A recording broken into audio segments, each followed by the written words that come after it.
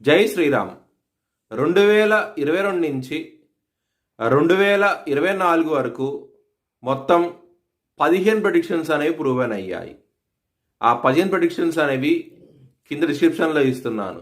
అవి నిజమా కాదా అనుకుంటే కనుక మీరు ఆ డిస్క్రిప్షన్లో ఆ వీడియో లింక్ ఓపెన్ చేసి చూడండి.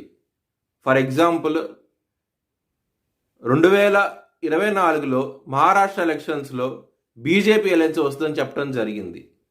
అది నిజంగానే జరిగింది. మహారాష్ట్ర ఎలక్షన్స్లో బీజేపీ అలయన్స్ రావడం జరిగింది. ఆ వీడియో నేను డిస్క్రిప్షన్లో ఇచ్చాను. ఇది మీరు చూసుకోండి. నిజమైతేనే నా ఛానల్ సబ్స్క్రైబ్ చేసుకోండి.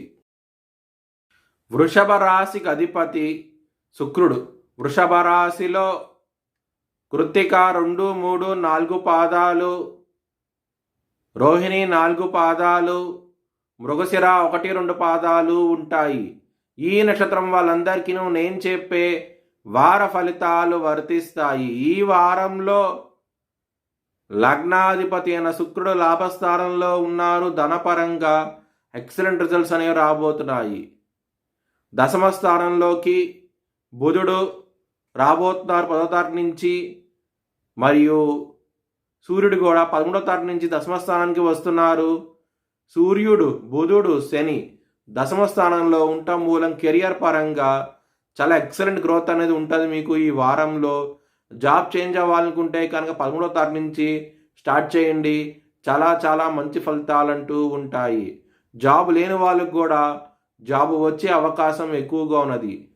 అది మీ జన్మ జాతకంలో దశలు అంతర్దశలు బాగుంటేనే ఇది వర్తిస్తుంది, లేకపోతే వర్తించదు. మ్యారేజ్ పరంగా మాత్రం కొంచెం ఇబ్బందులు అనేవి ఎక్కువగా ఉంటాయి, గొడవలు అనేవి ఎక్కువగా ఉంటాయి. కుటుంబ పరంగా కూడాను చాలా చాలా ఇబ్బందికరమైన వాతావరణం అంటూ ఉండబోతోంది. కొంచెం జాగ్రత్త అంటూ ఎక్కువ తీసుకోండి.